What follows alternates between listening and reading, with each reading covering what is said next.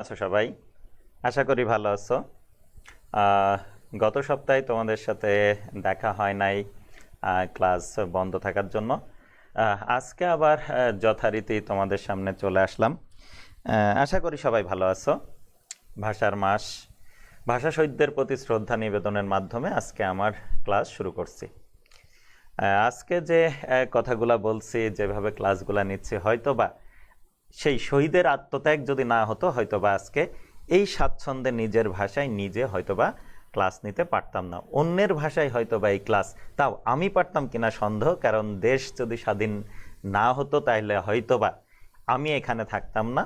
এই শহীদদের আত্মত্যাগের বিনিময়ে কিন্তু আজকে আমরা এখানে, আমি এখানে, এবং যে ভাষায় কথা বলছি সেই ভাষার জন্য যারা প্রাণ দিছে, যারা নিজেদেরকে উৎসর্গ করছে, তাদের প্রতি কৃতজ্ঞতা প্রকাশ করা আমাদের আমাদের নৈতিক দায়িত্ব না। একটা আমি মনে করি মানুষ হিসাবে এইটা অস্বীকার করা বা এদের এই বিষয়টাকে যদি আমরা তাদেরকে সম্মান না জানাই, তাহলে সেটা অনেকটাই অকৃতজ্ঞতার কাজ হবে। তাই আমরা আবারও সেই ভাষা শহীদদের প্রতি এবং সাথে সাথে স্বাধীনতা যুদ্ধের সংগঠক এবং যারা যুদ্ধে অবদান রাখছে সবার প্রতি শ্রদ্ধা নিবেদনের মাধ্যমে আজকের ক্লাসটা আমরা শুরু করছি। ওকে, আজকে আমাদের আলোচ্য বিষয় যেটা, সেটা হলো এনজাইম। আমরা গত ক্লাসে প্রোটিন নিয়ে আলোচনা করছিলাম, আজকে আমরা আলোচনা করব এনজাইম নিয়ে। কারণ সকল এনজাইমই প্রোটিন, অর্থাৎ প্রোটিনের একটা বিশেষ ক্যাটাগরি বা একটা ভাগকে আমরা এনজাইম বলে থাকি। অর্থাৎ যে সকল প্রোটিন কোনো বিক্রিয়াস্থলে উপস্থিত থেকে বিক্রিয়ার হারকে ত্বরান্বিত করে এবং বিক্রিয়া শেষে নিজে অপরিবর্তিত থাকে, সেই প্রোটিনদেরকে আমরা বলে থাকি হলো এনজাইম। খেয়াল করো, আমরা যদি দেখি যে এ আর বি দুইটা রাসায়নিক পদার্থ, এইটা হলো বি, তাহলে এ আর বি হলো দুইটা রাসায়নিক পদার্থ। এবার আমি এখানে আর একটা প্রোটিন জাতীয় রাসায়নিক পদার্থকে আমি এখানে দেখাইলাম। এই প্রোটিন জাতীয় রাসায়নিক পদার্থটার নাম দিলাম হলো ই। তাহলে এই ই প্রোটিনটা এখন যদি এ আর বি এর মধ্যে বিক্রিয়া ত্বরান্বিত করে এবং বিক্রিয়া শেষে ই যেমন আছে তেমন যদি রয়ে যায়, তাহলে এই ইটাকে এখন আমরা বলবো এনজাইম। তার মানে এনজাইম হলো বিশেষ ধরনের প্রোটিন যারা কোনো বিক্রিয়াস্থলে উপস্থিত থেকে বিক্রিয়ার হারকে ত্বরান্বিত করে এবং বিক্রিয়া শেষে নিজে অপরিবর্তিত থাকে, এমন প্রোটিনদেরকে আমরা বলে থাকি হলো এনজাইম। খেয়াল করো, লাস্ট ক্লাসে আমরা যেটা আলোচনা করছিলাম সেটা হলো এই প্রোটিনের একটা ভ্যারিয়েন্ট, যাদেরকে আমরা বলছিলাম ফাংশনাল প্রোটিন। কিছু প্রোটিন ছিল স্ট্রাকচারাল, কিছু ছিল ফাংশনাল, মনে আছে তোমাদের? এই ফাংশনাল প্রোটিনের একটা ধরন হলো এনজাইম।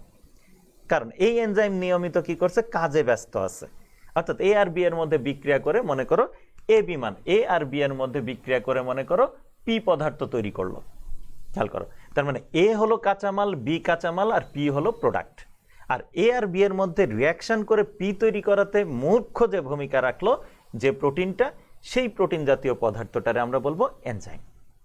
তার মানে মনে করো যদি অন্য কোনো পদার্থ বা অন্য কেউ এসে এ আর বি এর মধ্যে বিক্রিয়া ঘটিয়ে পি তৈরি করে এবং সেই উপাদান যদি প্রোটিন না হয়, তাহলে সেইটাকে আমরা কখনোই এনজাইম বলবো না। তাহলে এনজাইম হওয়ার প্রথম শর্ত প্রোটিন হইতে হবে, দ্বিতীয় শর্ত তাদের বিক্রিয়ার হারকে ত্বরান্বিত করতে হবে, তৃতীয় শর্ত বিক্রিয়া শেষে নিজে অপরিবর্তিত থাকতে হবে। প্রধান এই তিনটা শর্ত যদি মানে কোনো উপাদান, তাহলে সেই উপাদানদেরকে আমরা বলবো এনজাইম। ওকে, তাহলে এনজাইম কাকে বলে মোটামুটি বোধহয় আমরা জেনে গেলাম। এখন যে বিষয়টা জানতে হবে খুবই গুরুত্বপূর্ণ, সেটা হলো এনজাইম যাদের উপর ক্রিয়া করে। যেমন আমরা এখন ধরে নিলাম ই এনজাইম এ আর বি এর উপর ক্রিয়া করে পি উপাদান তৈরি করছে, তাহলে এনজাইম যাদের উপর ক্রিয়া করবে তাদেরকে আমরা বলে থাকি হলো সাবস্ট্রেট। কে বলি? সাবস্ট্রেট। তার মানে সাবস্ট্রেট কাকে বলে আমরা বুঝে গেলাম। তাহলে সাবস্ট্রেট কি? এনজাইম যে রাসায়নিক পদার্থগুলোর উপর ক্রিয়া করবে সেই উপাদানগুলোকে আমরা বলবো সাবস্ট্রেট। ওকে, সাবস্ট্রেট বিষয়টা বোঝা অত্যন্ত জরুরি। ওকে, তাহলে সাবস্ট্রেট প্রোটিন জাতীয় হইতেও পারে, নাও পারে, বা এক্স ওয়াই জেড নানান ধরনের উপাদান, মেটাল হইতে পারে, অর্থাৎ জৈব অজৈব যে কোনো উপাদান কিন্তু এ বি হইতে পারে। কিন্তু প্রোটিন এনজাইমটা অবশ্যই প্রোটিন হইতে হবে। ওকে, তার মানে মোটামুটি বোধহয় আমরা এনজাইমের সংজ্ঞা জানলাম, সাবস্ট্রেট কাকে বলে সেটা বোধহয় আমরা বুঝে গেলাম। এখন আমাদের যেটা শিখতে হবে সেটা হলো এনজাইমের ধর্ম বা বৈশিষ্ট্য। ওকে, দেখো যে তোমরা সাধারণত যে বইগুলা ফলো করো, আমি আমার বই থেকে না, আমি সেই বইটার উদ্ধৃতি দিয়েই যদি আমি সেটা, যেহেতু ওই বইগুলা তোমাদের কাছে আছে, তাই সেই বইটারকে ধরেই আমি যদি সেই বৈশিষ্ট্যগুলা একটু তোমাদেরকে বুঝিয়ে দিই, অর্থাৎ সেই পয়েন্টগুলাই আমি বৈশিষ্ট্যগুলাই নোট ডাউন করে রাখছি, সেইটাই যদি আমি তোমাদেরকে বুঝিয়ে দিই বোধহয় সেটা আরও তোমাদের জন্য বেশি কাজে আসবে। সেটা হলো যে এনজাইমের ভৌত যে বৈশিষ্ট্য আছে তার 1 নম্বরে যেটা উল্লেখ আছে সেটা হলো এনজাইম হলো প্রধানত প্রোটিনধর্মী। এটা তো আমরা আগেই বলে ফেলছি, সংজ্ঞা থেকে আমরা জানছি এনজাইম রাসায়নিকভাবে প্রোটিনধর্মী হবে, অর্থাৎ প্রোটিন নির্মিত হবে। ওকে, 2 নম্বর বৈশিষ্ট্য যদি আমরা দেখি তাহলে জীবকোষে এনজাইম কলয়েড রূপে অবস্থান করে।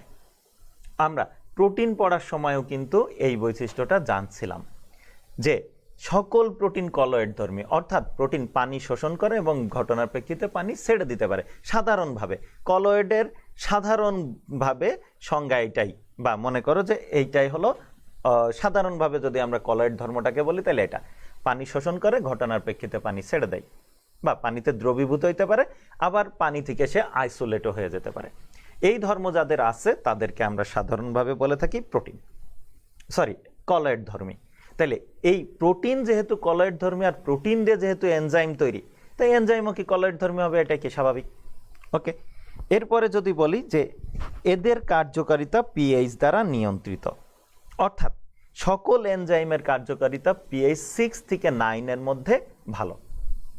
তার মানে এই যে এনজাইমটা এখন ক্রিয়া করবে এ আর বি এর উপরে, অর্থাৎ এ একটা সাবস্ট্রেট, বি আর একটা সাবস্ট্রেট, তাহলে এনজাইম যখন সাবস্ট্রেটের উপর ক্রিয়া করে তখন সেই সময় যদি রাসায়নিক পরিবেশটা, অর্থাৎ সেখানকার পিএইচ মান যদি 6 থেকে কত, এখানে আমরা যদি দেখি তাহলে 6 থেকে যদি 9 হয় পিএইচ মান যদি 6 থেকে 9 হয়, তাহলে এই জায়গাটাতে এই অবস্থায় হলো এনজাইমটা ভালো কাজ করবে। এখন প্রশ্ন হলো পিএইচ কি? পিএইচ এর বিস্তারিত বিবরণে আমরা যাব না, শুধু আমরা এতটুকু বলতে পারি যে পিএইচ দ্বারা কোনো মাধ্যমের অ্যাসিড বা ক্ষার অবস্থাটাকে বোঝানো হয়। জানি গত ক্লাসেও আমরা এই বাফার বিষয়টা আলোচনা করার সময় পিএইচ কথাটা নিয়ে আলোচনা করছিলাম। তো সেই হিসাবে তোমরা জানো যে 7 কোনো মাধ্যমে পিএইচ মান যদি 7 হয় তাহলে সেটা নিউট্রাল হয়, বিলো 7 অ্যাসিডিক, আর অ্যাবভ 7 হলো ক্ষারীয়।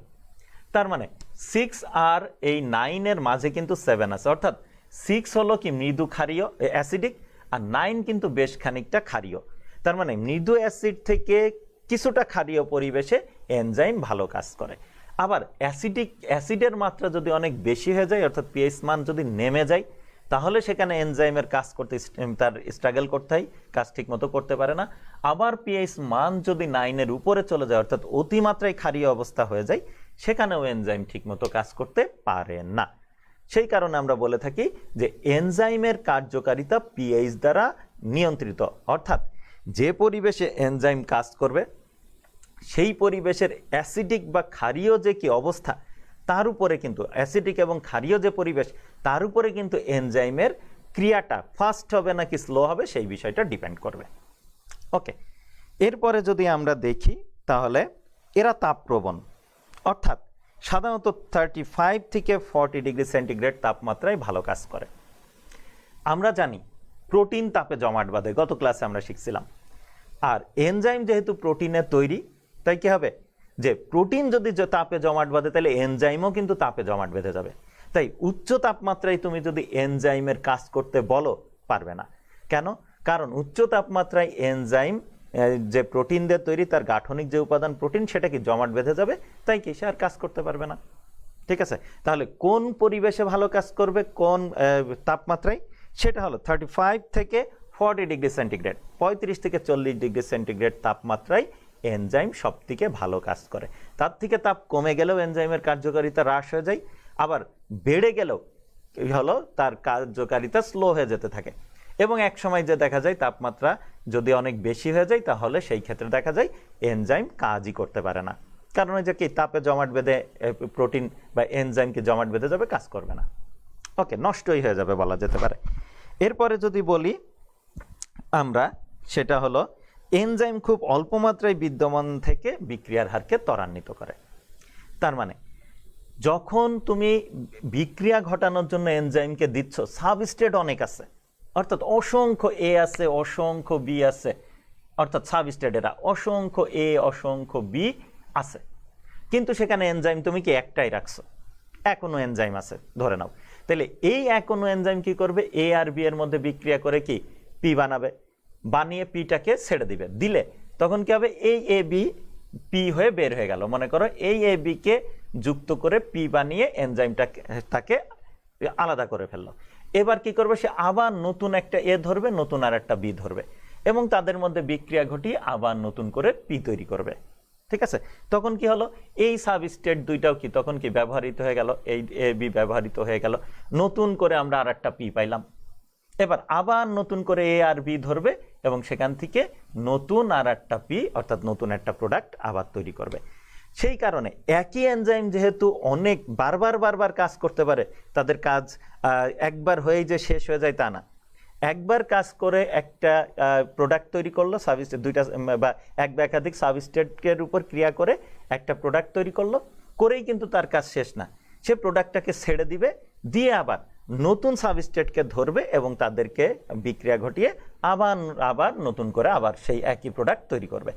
এইভাবে এনজাইমের পুনর কাজের কারণে কি হয়, যে একটা মাধ্যমে অসংখ্য অনেক পরিমাণ সাবস্ট্রেট থাকলেও সেখানে এনজাইম খুব সামান্য পরিমাণ দিলেই সে কিন্তু তার কাজ করতে থাকে।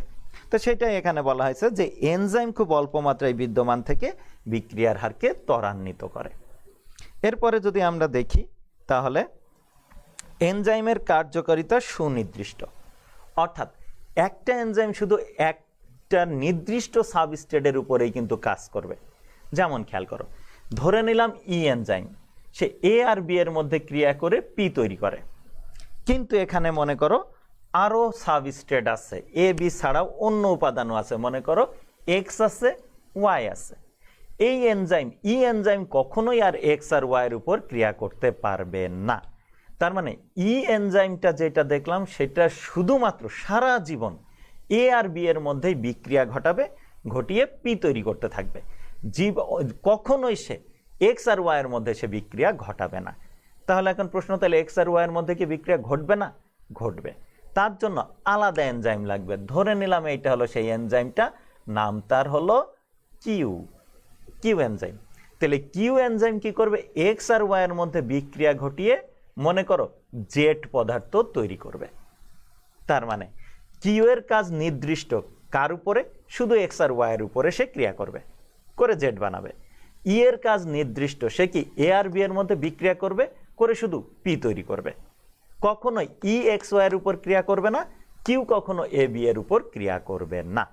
অর্থাৎ প্রত্যেকটা এনজাইমের কার্যকারিতা সুনির্দিষ্ট, অর্থাৎ প্রতিটা কার্যকারী এনজাইম কি হয়, একটা নির্দিষ্ট সাবস্ট্রেট বা সাবস্ট্রেট সমূহের উপরে কি ক্রিয়া করে, করে কি একটা নির্দিষ্ট প্রোডাক্ট তৈরি করে।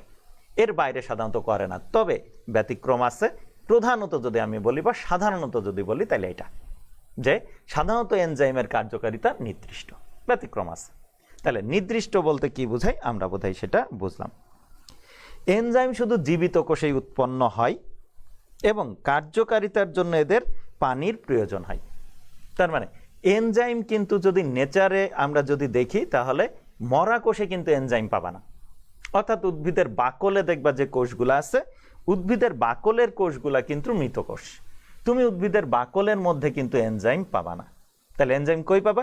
উদ্ভিদের যে জীবিত কোষ, অর্থাৎ পাতার কোষ, যে প্যারেনকাইমা টিস্যুর কোষ, কোলেনকাইমা টিস্যুর কোষ, স্ক্লেরেনকাইমা টিস্যুর কোষে তুমি এনজাইম পাবা না। ভাজক টিস্যুর কোষ, ওখানে অনেক বেশি পাবা। প্যারেনকাইমা কোলেনকাইমাতেও পাবা, তবে ভাজক টিস্যুর কোষে এনজাইম বেশি এবং খুব দ্রুত সেখানে কি এনজাইমের কার্যকারিতা দেখা দেয়। তার মানে যত বেশি জীবিত এনজাইম সেখানে তত বেশি এবং তার ক্রিয়াকলাপও তত বেশি। ঠিক আছে, তো এইটাই বলা হয়েছে যে এনজাইম সাধারণত কি হয়, জীবিত কোষে উৎপন্ন হয় এবং এদের কার্যকারিতা পানির উপর ডিপেন্ড করে। অর্থাৎ এনজাইম যখন কাজ করে, কাজ করার জন্য পানির দরকার হয়। এটা এরপরে যেটা বলা হয়েছে, প্রায় সব এনজাইমই পানিতে দ্রবণীয়। খেয়াল করো, আমরা জানি প্রোটিন হলো কলয়েড ধর্মী, তাই পানিতে দ্রবীভূত হয় এবং ঘটনার প্রেক্ষিতে পানি থেকে তারা আলাদাও হইতে পারে। তাহলে এনজাইমও যেহেতু প্রোটিন, তাই প্রায় সকল এনজাইমই কিন্তু পানিতে দ্রবীভূত হইতে পারে। কিন্তু কিছু প্রোটিন কিন্তু পানিতে দ্রবীভূত হয় না, যেমন এই যে স্কেলেরোপ্রোটিন। বাট এনজাইমের ক্ষেত্রে অধিকাংশ এনজাইমই, প্রায় সকল এনজাইমই পানিতে দ্রবীভূত হয়। ওকে, ফাইনালি যেটা তোমাদের যে বইটা তোমরা বেশি ফলো করো সেই বই অনুযায়ী, যে প্রখর আলোতে, এখানে বলা হচ্ছে অতিবেগুনি রশ্মির প্রভাবে এনজাইমের কার্যকারিতা নষ্ট হইতে পারে। কারণ প্রখর আলোর প্রভাবে কি হয়, এনজাইমের যে পারমাণবিক অ্যারেঞ্জমেন্ট, আমরা জানি এনজাইম তৈরি হয় অ্যামিনো অ্যাসিডের পলিমার দিয়ে, কারণ এনজাইম প্রোটিনে তৈরি, আর প্রোটিন আবার অ্যামিনো অ্যাসিড দিয়ে তৈরি। তাই আমরা বলতে পারি যে এনজাইম অ্যামিনো অ্যাসিডের পলিমারে তৈরি। যদি অতিবেগুনি রশ্মিতে একটু দীর্ঘক্ষণ রাখা হয়, তাহলে সেই ক্ষেত্রে এনজাইমের গঠনগত পরিবর্তন আসে পারমাণবিক পর্যায়ে, যে কারণে এনজাইমের কার্যকারিতা কিন্তু নষ্ট হয়ে যায়। ঠিক আছে, তো সেই কারণে দেখবা ল্যাবে যখন এনজাইমগুলা রাখা হয় তখন কালারফুল, বিশেষ করে ডার্ক কালারের যে বোতলগুলো আছে সেখানে এনজাইমের দ্রবণটাকে রাখা হয়। এবং যেহেতু এনজাইম কাজ করে ভালো, কাজ করতে গেলে পানির প্রয়োজন হয়, এই কারণে এনজাইমকে পানিতে দ্রবীভূত অবস্থায় সাধারণত, অর্থাৎ দ্রবণ আকারেই সাধারণত এই ল্যাবে এই দেখবা যে ডার্ক কালারের বোতলে তাদেরকে সংরক্ষণ করে রাখা হয়। তা নাহলে কি হয়, অতিবেগুনি রশ্মির প্রভাবে ধীরে ধীরে এনজাইম কিন্তু তার কার্যকারিতা হারাই ফেলতে পারে, অর্থাৎ নষ্ট হয়ে যেতে পারে। কেন? ওই যে বললাম যে এই আলোর প্রভাবে কি হয়, তার গাঠনিক পরিবর্তন সাধিত হয়।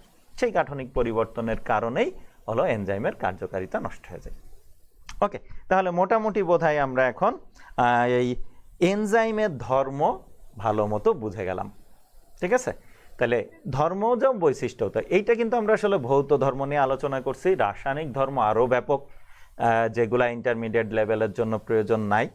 আর একটা বিষয় মনে রাখবা, যে সেল কেমিস্ট্রিতে আমরা যা পড়ি সেটা অ্যাকচুয়ালি আমি বলতে পারি জাস্ট সূচনা, অর্থাৎ সেল কেমিস্ট্রির সূচনা, জৈব রসায়নের কিছুটা সূচনা কথাবার্তা। এখানে ডিটেল তোমরা ইন্টারমিডিয়েটের মূল যে কেমিস্ট্রি সাবজেক্টটা আছে সেখানে যে কিছুটা পাবা।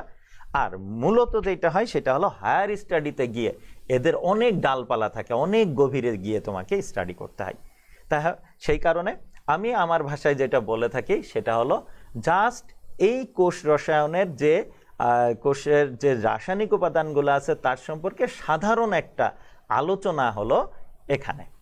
তাই এখানে অনেক বেশি কিছু যে জানার ইচ্ছা পোষণ করলেও আসলে সেটা এই সিলেবাসে কভার করবে না। এই জন্য অবশ্যই তো সেটার আবার সুযোগ থাকবে পরবর্তীতে কেমিস্ট্রিতে গিয়ে, সেগুলা তোমরা আরও ভালো মতো স্টাডি করবা।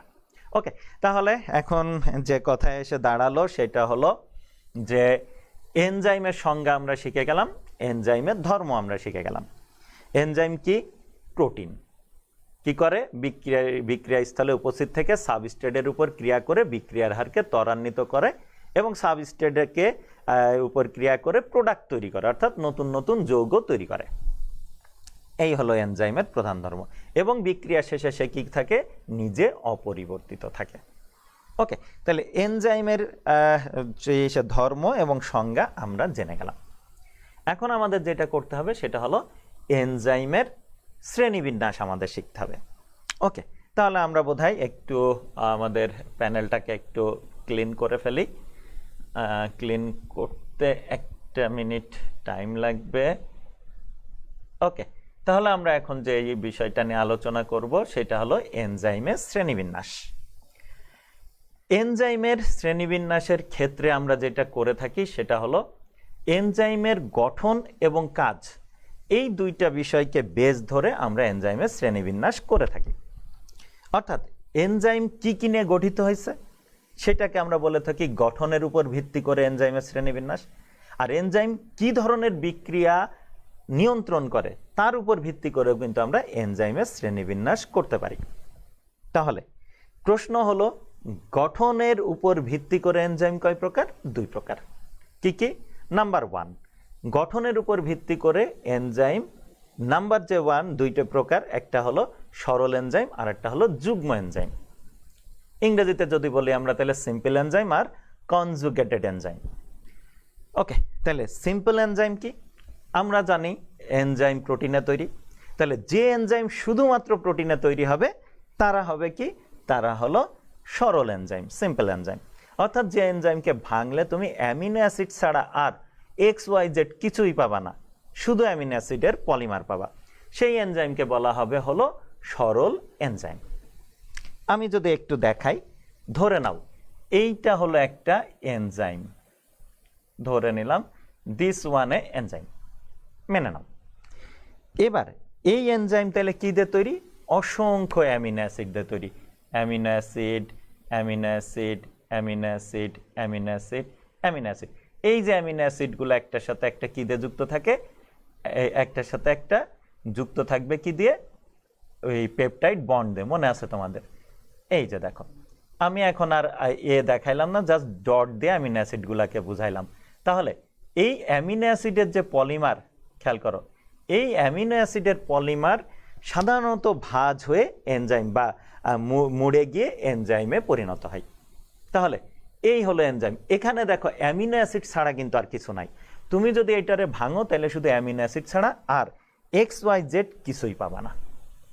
তাহলে এমন যত এনজাইম আছে সকল এনজাইমকে, সেই সকল এনজাইমকে আমরা বলে থাকি সরল এনজাইম। ওকে, এবার যেটা সেটা হলো যুগ্ম বা কনজুগেটেড এনজাইম। কখন? অ্যামিনো অ্যাসিডের চেন তো থাকবেই, না হলে তো এনজাইম হবেই না, সাথে XYZ কোনো একটা কিছু সেখানে যুক্ত থাকবে, তাহলেই সেই এনজাইমটাকে কি বলবো আমরা? তখন সেটারে আমরা কনজুগেটেড এনজাইম বলবো। সেটা কেমন? এই যে দেখো, আমি যদি এখন দেখাই যে এইটা মনে করো একটা এনজাইম, এই টোটালটা হলো একটা এনজাইম, এই টোটালটা হলো একটা এনজাইম। এর মধ্যে পিঙ্ক কালারে যেটা দেখাইলাম সেটা টোটালি অ্যামিনো অ্যাসিডের পলিমার। আমি ডট দিয়ে অ্যামিনো অ্যাসিডগুলোকে দেখানোর চেষ্টা করি, এইগুলা সব অ্যামিনো অ্যাসিড। ওকে ওকে, এই যে পেপটাইড বন্ড, পেপটাইড বন্ড, তার মানে অ্যামিনো অ্যাসিড ছাড়া কিন্তু এখানে আর কিছুই নাই এইটুকুতে, এইটুকুতে। কিন্তু গ্রিন কালারের যে অংশটুকু, এই অংশে মনে করো কোনো মেটাল আছে, আমি মেটালটাকে জাস্ট এম দিয়ে প্রকাশ করি, এই গ্রিন অংশটুকু মেটাল, এই যে গ্রিন যা আছে এখানে শুধু মেটাল আছে। ওকে, তাহলে এই মেটালটুকু কি? নন প্রোটিন অংশ। তাহলে কিছু কিছু এনজাইম আছে আমরা দেখি যে সেখানে প্রোটিন অংশ তো থাকবেই, সাথে একটা নন প্রোটিন অংশ যুক্ত হয়ে তারপরে তারা কি করে? বিক্রিয়ার হারকে ত্বরান্বিত করে। খেয়াল করো, এমন এনজাইমদেরকে আমরা বলে থাকি হলো কনজুগেটেড বা যুগ্ম এনজাইম। তাহলে যুগ্ম এনজাইমে কয়টা অংশ? দুইটা অংশ। আর সরল এনজাইমে কয়টা অংশ? একটা অংশ, শুধুমাত্র প্রোটিন। সরল এনজাইম শুধুমাত্র প্রোটিনে তৈরি, অর্থাৎ শুধু অ্যামিনো অ্যাসিডের পলিমারে তৈরি। আর যুগ্ম এনজাইমে কি দিয়ে তৈরি? অ্যামিনো অ্যাসিডের পলিমার দিয়ে একটা পার্ট থাকে, তার সাথে আর একটা পার্ট যুক্ত থাকে, যেটা হলো কি দিয়ে তৈরি? সেটা হলো নন প্রোটিন কোনো একটা অংশ দিয়ে তৈরি। সেটা মেটাল হইতে পারে বা কোনো অর্গানিক কম্পোনেন্ট হইতে পারে, ডাজন্ট ম্যাটার, কিন্তু প্রোটিন হবে না। প্রোটিন ব্যতীত অন্য কোনো উপাদান যখন প্রোটিনের সাথে যুক্ত হবে, হয়ে দুইটা মিলে যখন বিক্রিয়ার হারকে ত্বরান্বিত করবে, তখন সেই ধরনের পদার্থকে এনজাইম বলবো। কোন ধরনের এনজাইম? কনজুগেটেড এনজাইম বা যুগ্ম এনজাইম।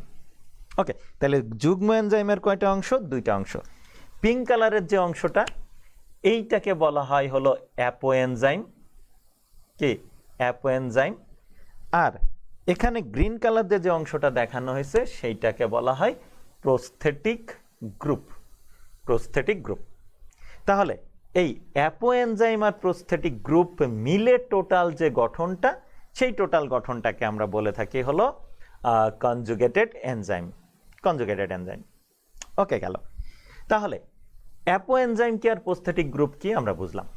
যদি কখনো অ্যাপো এনজাইম আলাদা হয় আর প্রস্থেটিক গ্রুপ আলাদা হয়ে যায়, তাহলে দুইটা একটাও বিক্রিয়ার হার ত্বরান্বিত করবে না। অর্থাৎ শুধু অ্যাপো এনজাইম নিষ্ক্রিয় অনেকাংশেই, সাধারণভাবে যদি বলি নিষ্ক্রিয়, কে ছাড়া? প্রস্থেটিক গ্রুপ ছাড়া। আবার প্রস্থেটিক গ্রুপ নিজে তো বিক্রিয়ার ত্বরান্বিত করার কোনো প্রশ্নই আসে না। কিন্তু যখন অ্যাপো এনজাইম আর প্রস্থেটিক গ্রুপ একত্রিত হয়, তখনই তারা বিক্রিয়ার হার ত্বরান্বিত শুরু করে এবং তখন টোটালটাকে আমরা একটা কনজুগেটেড এনজাইম বলে থাকি। ওকে, এখন প্রশ্ন যে এই যে বললাম যে প্রস্থেটিক গ্রুপটাতে কি থাকতে পারে, কোনো মেটাল থাকতে পারে বলছি, অথবা কোনো অর্গানিক কম্পোনেন্টসও কিন্তু থাকতে পারে। তাই আমরা এখন বলতে পারি যে এই প্রস্থেটিক গ্রুপটা হয় কোনো মেটাল অথবা কোনো অর্গানিক কম্পোনেন্টস। ওকে, ওসি দিয়ে আমি অর্গানিক কম্পোনেন্টস বুঝাইলাম। ওকে, তাহলে প্রস্থেটিক গ্রুপটা যদি কোনো মেটাল হয় তাহলে এই প্রস্থেটিক গ্রুপটাকে আমরা বলে থাকি হলো অ্যাক্টিভেটর। আগে বলতো, বর্তমানে এটারে বলা হয় আগেকার দিনে এই প্রস্থেটিক কোনো কনজুগেটেড এনজাইমের প্রস্থেটিক গ্রুপটা যদি কোনো মেটাল হয় তাহলে এই মেটালগুলোকে আগেকার দিনে অ্যাক্টিভেটর বলা হতো, বাট বর্তমানে এটাকে বলা হয় কোফ্যাক্টর। কি বলে? কোফ্যাক্টর। আর যদি এই প্রস্থেটিক গ্রুপটা কোনো কনজুগেটেড এনজাইমের প্রস্থেটিক গ্রুপটা যদি কোনো অর্গানিক কম্পোনেন্টস হয় তাহলে সেই অর্গানিক কম্পোনেন্টসটাকে আমরা বলে থাকি হলো কোএনজাইম। কি বলি? কোএনজাইম। ওকে, তাহলে আমরা কোএনজাইম কাকে বলে, কোফ্যাক্টর কাকে বলে বা অ্যাক্টিভেটর কাকে বলে আমরা বুঝে গেলাম। তার মানে খেয়াল করো যে সরল এনজাইমে শুধুমাত্র অ্যামিনো অ্যাসিডের পলিমার, আর কিছু নাই। কনজুগেটেড এনজাইমে অ্যামিনো অ্যাসিডের পলিমারের সাথে নন প্রোটিন একটা পার্ট, অর্থাৎ প্রোটিন এবং সাথে নন প্রোটিন একটা পার্ট। তাইলে কনজুগেটেড এনজাইমে যেহেতু দুইটা পার্ট, সেহেতু এই দুইটা পার্টের একটা নামকরণের বিষয় তখন দেখা দেয়। তাই এই প্রোটিন পার্টটাকে আমরা বলে থাকি অ্যাপো এনজাইম, আর নন প্রোটিন পার্টটাকে আমরা বলে থাকি প্রস্থেটিক গ্রুপ। ওকে, এবার এই প্রস্থেটিক গ্রুপটা যদি কোনো মেটাল হয় তাহলে ওই মেটালটুকুকে, শুধু ওই মেটালটুকুকে বা ওই প্রস্থেটিক গ্রুপটাকে আমরা বলে থাকি হলো কোফ্যাক্টর, আর আগেকার দিনে অ্যাক্টিভেটর বলা হতো, অর্থাৎ যা অ্যাক্টিভেটর তাহাই কি কোফ্যাক্টর। আর যদি এই প্রস্থেটিক গ্রুপটা কোনো অর্গানিক কম্পোনেন্ট হয় তাহলে সেই অর্গানিক কম্পোনেন্টটাকে আমরা বলে থাকি কোএনজাইম। ওকে, তাহলে আমরা কোএনজাইম খুঁজতে কোথায় যাব? কনজুগেটেড এনজাইমে যাব। কোএনজাইম খুঁজতে আমরা কখনো সরল এনজাইমের দিকে আমরা খোঁজ করব না, কারণ সিম্পল এনজাইমে প্রস্থেটিক গ্রুপ নাই, কোএনজাইম কোফ্যাক্টরের সুযোগ নাই। তাহলে কোএনজাইম কোফ্যাক্টর খুঁজতে গেলে আমাদেরকে কনজুগেটেড এনজাইমে যেতে হবে। কনজুগেটেড এনজাইমের কোন পার্টটাতে যাব আমরা? এই নন প্রোটিন পার্টটা, অর্থাৎ প্রস্থেটিক গ্রুপটাতে যাব। গিয়ে যদি দেখি প্রস্থেটিক গ্রুপটা কোনো মেটালে তৈরি, তাহলে ওই মেটালটারে কি বলবো আমরা? কোফ্যাক্টর। আর যদি দেখি যে না, ওই প্রস্থেটিক গ্রুপটা কোনো অর্গানিক কম্পোনেন্টসে তৈরি, তাহলে তখন ওইটারে আমরা বলবো কোএনজাইম। তার মানে এখানে খেয়াল করে দেখো, কোফ্যাক্টর আর কোএনজাইম দুইটাই কিন্তু প্রস্থেটিক গ্রুপ। তাইলে আমরা এখন বলতে পারি সকল কোএনজাইম প্রস্থেটিক গ্রুপ, কিন্তু সকল প্রস্থেটিক গ্রুপ কোএনজাইম না, কারণ প্রস্থেটিক গ্রুপ দুই প্রকার। কি কি? কোফ্যাক্টর আর কোএনজাইম। আশা করি এই বিষয়টা আমরা ক্লিয়ার হইতে পারছি। এখন একটু তোমাদেরকে বলবো যে কোএনজাইমের একটা লিস্ট তোমাদের বইয়ে তোমরা পাবা, দেখবা সেখানে কোএনজাইমগুলোর যে অ্যাব্রিভিয়েশন সেটা দেওয়া আছে। তোমাদের তার ইলাবোরেট যে অবস্থা সেটা হলো একটু মনে রাখতে হবে। যেমন আমরা যদি দেখি, খুবই পরিচিত একটা কোএনজাইমের নাম হলো এনএডি। খুবই পরিচিত একটা কোএনজাইমের নাম হলো এফএডি। তোমরা নাম শুনছো। তাহলে এফএডি এটার ইলাবোরেশন কি হবে? Flavin adenine dinucleotide. তাহলে এই ফ্লাভিন অ্যাডেনিন ডাইনিউক্লিওটাইড এইটা হলো একটা কোএনজাইমের নাম, অর্থাৎ এটা একটা জৈব যৌগ যারা এই প্রোটিনের সাথে যুক্ত হইলেই বিক্রিয়ার হার ত্বরান্বিত করতে থাকে, কিন্তু নিজে এই এফএডি নিজে কিন্তু কোনো বিক্রিয়ার হার ত্বরান্বিত করতে পারে না। এফএডি যখন কি হবে, কোনো প্রোটিনের সাথে যুক্ত হবে হয়ে তখন সে কি করবে? বিক্রিয়ার হার ত্বরান্বিত করবে। ওকে, তাহলে আমরা ইলাবোরেটলি যখন বলবো এফএডিকে তখন কি হবে? সেটা হবে ফ্লাভিন অ্যাডেনিন ডাইনিউক্লিওটাইড। আর অ্যাব্রিভিয়েশন করলে কি হচ্ছে? এফএডি। তো এমন দেখো, শুধু এফএডি না, আমি যদি বলি এফএডি, এফএডিএইচ2, এনএডি, এনএডিএইচ2, এনএডিপিএইচ2, এমন বেশ নানান ধরনের কোএনজাইমের নাম আমরা দেখতে পাবো তোমাদের বইয়েই দেওয়া আছে তার অ্যাব্রিভিয়েট অবস্থা আর ইলাবোরেট অবস্থা দুইটাই, অ্যাব্রিভিয়েশন এবং ইলাবোরেশন দুইটাই করে দেওয়া আছে। এইটা একটু তোমাদের মনে রাখতে হবে, কারণ এমসিকিউ সহ নানান ধরনের যে কুইজ টাইপের কোশ্চেন হয় সেখানে এটা আসতে পারে, বা অনেক সময় জ্ঞানের কোশ্চেনেও কিন্তু অ্যাব্রিভিয়েশন দেওয়া থাকতে পারে, ইলাবোরেট করতে বলতে পারে। তাই ভেরি মাচ ইম্পর্টেন্ট একটা টপিক এই কোএনজাইমগুলোর নাম এবং তাদের ইলাবোরেট অবস্থা মনে রাখতে হবে। ওকে, তাহলে আমরা বোধহয় এখন আণবিক গঠনের উপর ভিত্তি করে এনজাইমের শ্রেণীবিন্যাস শিখে গেলাম।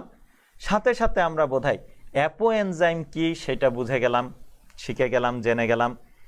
কো এনজাইম কি সেটাও জেনে বুঝে গেছি। কো ফ্যাক্টর বা অ্যাক্টিভেটর কি সেটাও বোধহয় আমরা জেনে বুঝে গেছি। এখন আমাদের যেটা শিখতে হবে বা জানতে হবে সেইটা হলো, বা শিখতে, জানতে এবং বুঝতে সব কিছুই করতে হবে কিসের, এনজাইম কিভাবে কাজ করে সেই বিষয়টা খেয়াল করো। এনজাইমের কাজ যে করে, এনজাইমের কাজ করার যে ধরন বা যে প্রক্রিয়া সেইটা নানান সময় নানান বিজ্ঞানী নানানভাবে ব্যাখ্যা করার চেষ্টা করছে।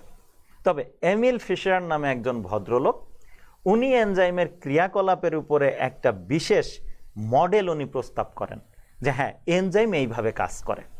খেয়াল করো, সেই মডেলটাকে লক অ্যান্ড কি থিওরি হিসাবে উনি প্রতিষ্ঠিত করেন বা নামকরণ করেন, এবং সেই লক অ্যান্ড কি থিওরিটা সারা বিশ্বে খুবই গ্রহণযোগ্য, যদিও তার অনেক সমালোচনা আছে, তার ব্যতিক্রমও আছে, ব্যতিক্রমগুলো নিয়ে আমরা পরে আলোচনা করব। তবে প্রথমেই আমরা লক অ্যান্ড কি থিওরিটা কি সেটা একটু বুঝে নিব। খেয়াল করো, আমরা জানি যে প্রত্যেকটা তালাতে একটা নির্দিষ্ট চাবি থাকে। ওই নির্দিষ্ট চাবি যদি না আসে তাহলে কি তালাটা খুলে না। যেমন আমি যদি এখানে দেখাই, একটা তালাকে যদি আমি এখন লম্বচ্ছেদ করি, এইটা মনে করো একটা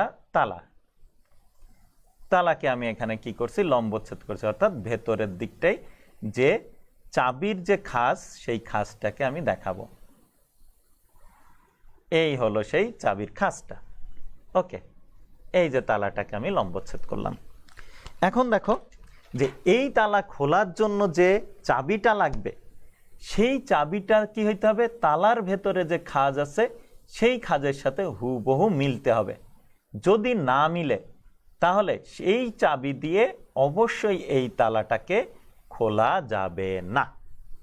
তার মানে এই চাবিটা, এই তালা কিভাবে খুলে, আগে চাবিটা তালার সাথে ফিট হয়, তারপরে যখন আমরা প্রেসার তৈরি করি তখন তালাটা খুলে যায়। এই যে আমি প্রেসার দিব তখন কি হবে, তালাটা খুলে যাবে। এই যে দেখো এখন তালা খুলে গেছে। আমি যদি এখন দেখাই তাহলে এখানে তালা খোলা অবস্থায় এখন দেখাচ্ছি, মনে করে যে খুলে গেছে তালাটা। ঠিক আছে, তাহলে তালা খুলতে গেলে প্রথম শর্ত যেটা, সেটা কি হইতে হচ্ছে, যে চাবি আগে তালার সাথে ফিট হইতে হচ্ছে, তারপরে বল প্রয়োগ করলে তালা খুলে যাচ্ছে। তাই তো, চাবিতে বল প্রয়োগ করলে তালা খুলে যাচ্ছে। এখানে খেয়াল করো যে এনজাইমও অনেকটা এইভাবে কাজ করে থাকে, যে কারণে এই এমিল ফিশার তার এনজাইমের ক্রিয়াকলাপের মানে কিভাবে ক্রিয়াকৌশলের উপরে তার যে মডেলটা বা কিভাবে কাজ করে সেই হাইপোথিসিসটা যখন সে তুলে ধরে, বা যে তার এই থিওরিটা তুলে ধরে, তখন তার কাছে এই তালার সাথে সিমিলারিটি বলে মনে হয়েছে, বিধায় নাম দিয়েছেন উনি যে লক অ্যান্ড কি থিওরি। তাহলে কিভাবে সেটা যদি আমরা দেখি, তাহলে প্রথমেই আমাদেরকে একটা এনজাইম দেখতে হবে। ধরে নাও এইটা হলো একটা এনজাইম। ওনার মতে প্রত্যেকটা এনজাইমে একটা নির্দিষ্ট এক বা একাধিক নির্দিষ্ট অ্যাক্টিভ সাইট থাকে। অ্যাক্টিভ সাইট বলতে উনি যাকে বুঝাইছেন সেটা হলো খাজ। এই যে দেখো একটা খাজ বা একটা খাজ, অর্থাৎ যেখানে যেখানে সাবস্ট্রেট এসে ফিট করবে সেই জায়গাগুলোকে বলা হয় অ্যাক্টিভ সাইট। ওকে, তাহলে ওনার মতে প্রত্যেকটা এনজাইমে নির্দিষ্ট এক বা একাধিক অ্যাক্টিভ সাইট থাকে। এবার সেই অ্যাক্টিভ সাইটে নির্দিষ্ট সাবস্ট্রেটই শুধু যুক্ত হইতে পারে। ধরে নাও আমি এখন দেখাইলাম, এইটা আমি কিন্তু সিম্বলিকভাবে বলছি। ধরে নাও এইটা হলো গ্লুকোজ, এইটা আমি ধরে নিলাম এইটা হলো একটা গ্লুকোজের অণু, এইটা হলো একটা গ্লুকোজের অণু, ধরে নাও এটা হলো একটা গ্লুকোজ। আর এইটা ধরে নাও একটা ফ্রুক্টোজ, এইটা যদি আমি ধরি, হ্যাঁ এইটা ধরে নাও একটা ফ্রুক্টোজের অণু, এটা গ্লুকোজ, এটা ধরে নাও ফ্রুক্টোজ। গ্লুকোজ ফ্রুক্টোজ খুব কাছাকাছি গঠনের হলো, এটা গ্লুকোজ এটা ফ্রুক্টোজ। আর আমি ধরে নিলাম যে এইটা হলো গ্লিসারালডিহাইড, এই দিকে আমি একটু এঁকে রাখলাম, এইটা মনে করো গ্লিসারালডিহাইড, এইটা মনে করো গ্লিসারালডিহাইড। এখন খেয়াল করো যে এইটুকু আমি এখন এই দুইটা অ্যাক্টিভ সাইটকে আমি এখন কি করব, দুইটা ভিন্ন কালারে যদি আমি দেখাই, তাহলে এইটুকু মনে করো এই এনজাইমটার একটা অ্যাক্টিভ সাইট। আমি এইটুকুকে রেড কালারে দেখাইলাম, এইটুকু হলো একটা এনজাইমের অ্যাক্টিভ সাইট।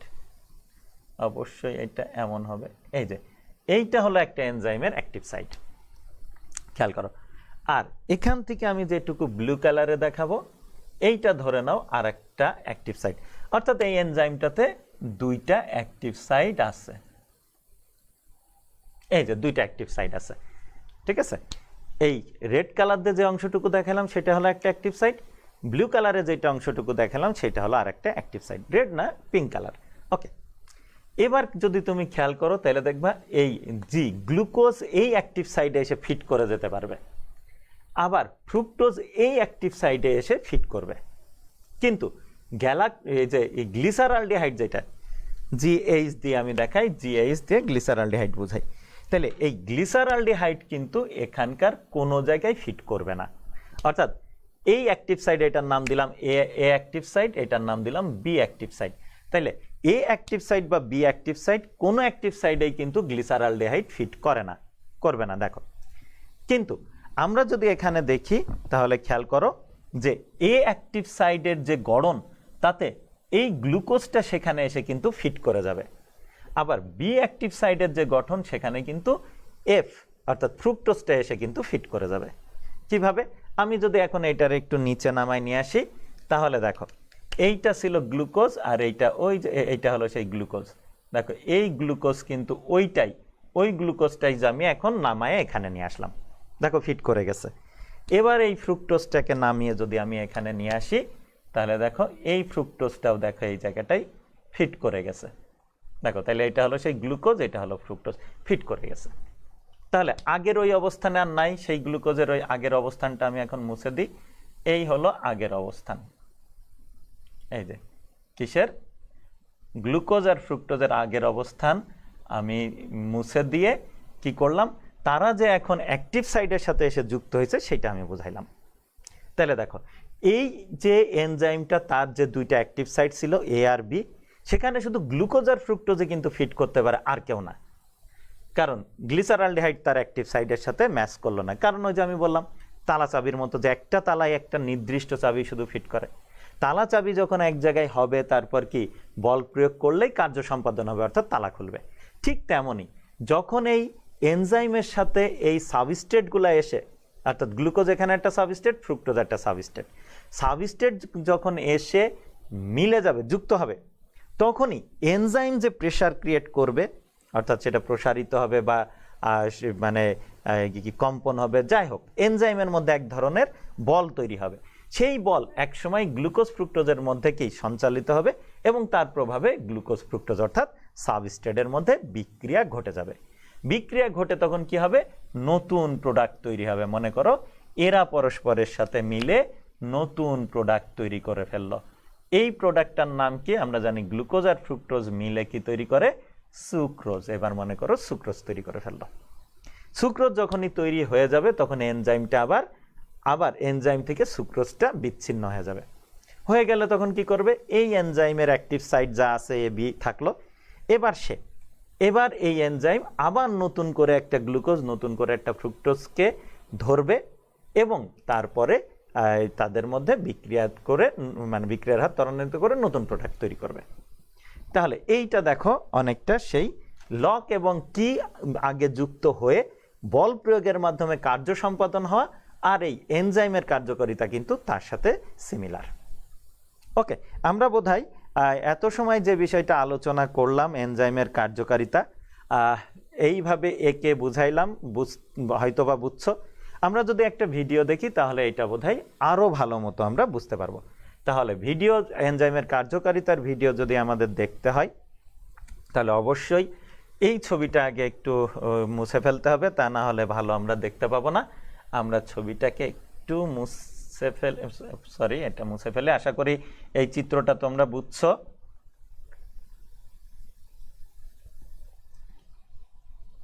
ওকে, এই চিত্রটা আমরা এখন মুছে ফেললাম। এখন আমরা স্ক্রিনে একটা ভিডিও দেখব। এই যে দেখো, ভিডিওতে যদি আমরা এখন দেখি তাহলে এনজাইম দেখানো হয়েছে। এই এনজাইমে যদি দেখো তাহলে এখান থেকে এতটুকু হলো একটা অ্যাক্টিভ সাইট, এই পাশে দেখো আর একটা অ্যাক্টিভ সাইট। ওকে, আমরা জানি এনজাইম যার উপর ক্রিয়া করে তাদেরকে বলা হয় সাবস্ট্রেট। দেখো এখন যে দুইটা, একটা ব্লু আর একটা অরেঞ্জ কালারে আসছে, এরা হলো সাবস্ট্রেট। এবার দেখো সাবস্ট্রেট আর এনজাইমের যে অ্যাক্টিভ সাইট সেটা কি খাপে খাপে মিলে গেল। খেয়াল করো, এখন যে গঠনটা তৈরি হলো এই টোটাল গঠনটাকে আমরা বলে থাকি এনজাইম সাবস্ট্রেট যৌথ যৌগ বা এনজাইম সাবস্ট্রেট কমপ্লেক্স। এবার দেখো এনজাইম সেই সাবস্ট্রেটের উপর বল প্রয়োগ করলো, করে সাবস্ট্রেট দুইটারে যুক্ত করে দিল, দিয়ে নতুন প্রোডাক্ট তৈরি করলো। দেখো এই যে নতুন প্রোডাক্ট তৈরি হলো। অর্থাৎ এই ক্ষেত্রে কিন্তু দেখো এনজাইম নতুন প্রোডাক্ট তৈরি হলো, হয়ে প্রোডাক্টটা রিলিজ হয়ে গেল। এনজাইম দেখো সে আবার আগের অবস্থায় ফিরে গেল। আমরা আগেই বলছিলাম যে এনজাইম বিক্রিয়া শেষে অপরিবর্তিত থাকে, অর্থাৎ বিক্রিয়া ঘটানোর সময় কিন্তু এনজাইমটা শেপ চেঞ্জ করে সাবস্ট্রেটের উপর বল প্রয়োগ করছিল, কিন্তু যেই বিক্রিয়া শেষ হয়ে গেছে সেই এনজাইম আবার আগের অবস্থায় ফিরে গেছে। অর্থাৎ এনজাইমের যে অ্যাক্টিভ সাইট ছিল সেই অ্যাক্টিভ সাইট ঠিক আগের রূপে ফিরে আসছে, কিন্তু প্রোডাক্ট দেখো, প্রোডাক্ট কিন্তু তৈরি হয়ে পড়ছে। এই হলো সেই প্রোডাক্ট। ওকে, তাহলে আমরা বোধহয় এনজাইমের যে ক্রিয়া কৌশল সেটা শিখে গেছি। এখন আর এই ভিডিওটা আমাদের দরকার নাই। তাহলে মোটামুটি বোধহয় আমরা এনজাইমের ক্রিয়া কৌশল শিখে গেছি। তাহলে আমরা এখন কি দেখলাম যে এনজাইম কিভাবে কাজ করে, তালা চাবির মতো। কেমন? যে এনজাইমে প্রত্যেকটা এনজাইমের নির্দিষ্ট সাবস্ট্রেট থাকে, যেমন প্রত্যেকটা তালাতে নির্দিষ্ট খাঁজ থাকে বা প্রত্যেকটা চাবিতে নির্দিষ্ট কি খাঁজ থাকে, ঠিক প্রত্যেকটা এনজাইমের নির্দিষ্ট সাবস্ট্রেট থাকে। সেই নির্দিষ্ট অ্যাক্টিভ সাইট থাকে, এক বা একাধিক অ্যাক্টিভ সাইট থাকে। সেই এনজাইমের অ্যাক্টিভ সাইটে কি হবে, প্রত্যেকটা অ্যাক্টিভ সাইটে একটা করে সাবস্ট্রেট এসে যুক্ত হবে। সাবস্ট্রেট যখন এনজাইমের সাথে এসে যুক্ত হয় তখন যে যৌগটা তৈরি হয় তখন সেটারে আমরা বলে থাকি এনজাইম সাবস্ট্রেট যৌথ যৌগ বাংলায়। ইংরেজিতে আমরা বলে থাকি এনজাইম সাবস্ট্রেট কমপ্লেক্স। তাহলে এইভাবে যখন এনজাইম সাবস্ট্রেট কমপ্লেক্স তৈরি হয় তখন এনজাইমের ভেতরে, অর্থাৎ এনজাইমের তো আমরা জানি প্রোটিনে তৈরি, সেই প্রোটিন অণুটা অর্থাৎ ওই এনজাইম অণুটা, বা যদি সেখানে কোএনজাইম যুক্ত থাকে বা কোফ্যাক্টর থাকে, তাহলে এই কোএনজাইম, কোফ্যাক্টর এবং প্রোটিন সবাই মিলে কি করে, এক ধরনের বল প্রয়োগ করে। কারণ আমরা জানি যে স্থির বস্তু চিরকাল স্থির, আর গতিশীল বস্তু চিরকাল গতিশীল যদি বাহ্যিক বল প্রয়োগ করা না হয়। তাহলে সাবস্ট্রেট দুইটা এ বি মিলে যে একটা পি প্রোডাক্ট তৈরি হবে, দুই সাবস্ট্রেট বিক্রিয়া করে যে প্রোডাক্ট তৈরি হবে, এর জন্য অবশ্যই কি বাহ্যিক বল লাগবে। তো সেই বাহ্যিক বলটাই মূলত প্রদান করে কে এখানে এনজাইম। কিভাবে? কারণ এনজাইমের যে দৈহিক গঠন কি দিয়ে তৈরি বললাম, প্রোটিন এবং সাথে নন প্রোটিন অংশও থাকতে পারে, প্রধানত প্রোটিন সাথে নন প্রোটিন অংশও থাকতে পারে। যদি থাকে তাহলে সেই অণু মধ্য সেটা প্রসারিত হয়ে বা কম্পনের মাধ্যমে কি করবে, সেই সাবস্ট্রেটের উপরে এক ধরনের বল প্রয়োগ করবে। সেই বলে সাবস্ট্রেটের মধ্যে পরিবর্তন ঘটবে, অর্থাৎ বিক্রিয়া ঘটবে, ঘটে নতুন যৌগের সৃষ্টি হবে। ওকে, তাহলে আশা করি আমরা বোধহয় এনজাইম কিভাবে কাজ করে বা এনজাইমের ক্রিয়া কৌশলের উপরে যে লক অ্যান্ড কি থিওরি রয়েছে সেইটা বোধহয় আমরা শিখে গেলাম। এখন যেটা আমাদের আলোচ্য বিষয় দাঁড়াবে সেটা হলো কাজের উপর ভিত্তি করে এনজাইমের শ্রেণী বিভাগ, যেটা আজকে আর আলোচনা করার সুযোগ নাই। কারণ কাজের উপর এনজাইমের বা কিভাবে এনজাইম কোন ধরনের বিক্রিয়াকে নিয়ন্ত্রণ করে, খেয়াল করো, তার উপর ভিত্তি করে যে শ্রেণীবিন্যাস সেটা বুঝতে গেলে আমাদের সময় লাগবে।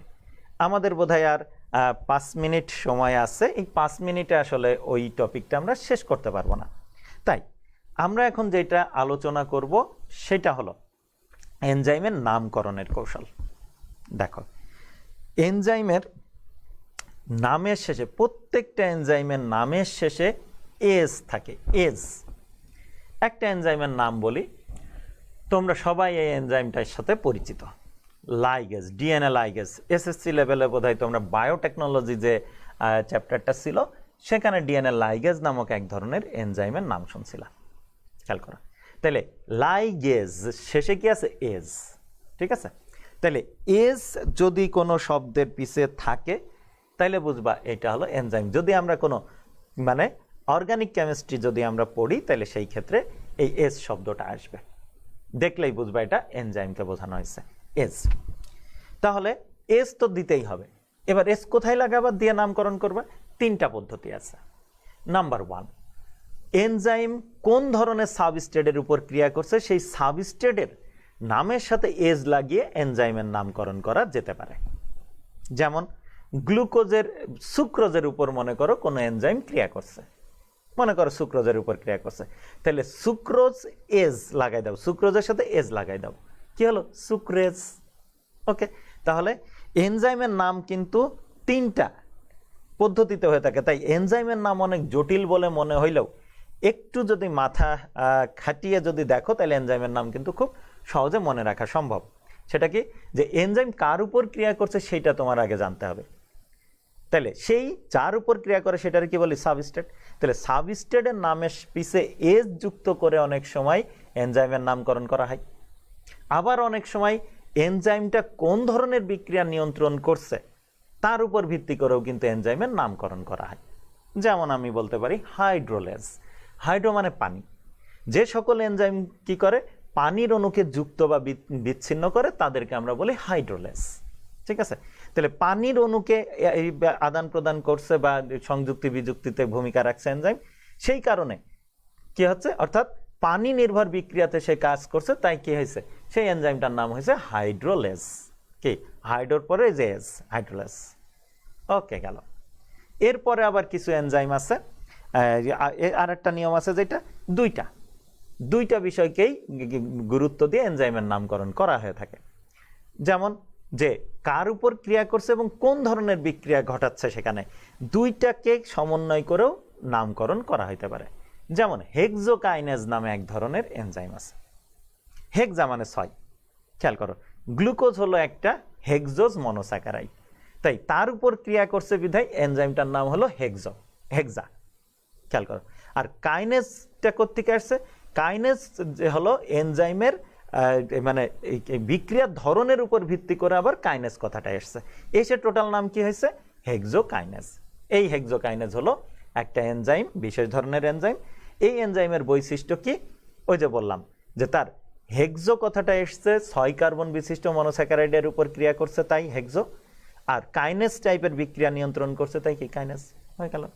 ঠিক আছে, সরি, কাইনেজ টাইপের বিক্রিয়া বলতে আমি এখানে যেটা বুঝাইতে চাইছি সেটা হলো যে বিক্রিয়ার কোন ধরনের বিক্রিয়া নিয়ন্ত্রণ করছে সেইটার উপর ভিত্তি করে কাইনেজ কথাটা এসছে, এসে নাম হয়েছে কি?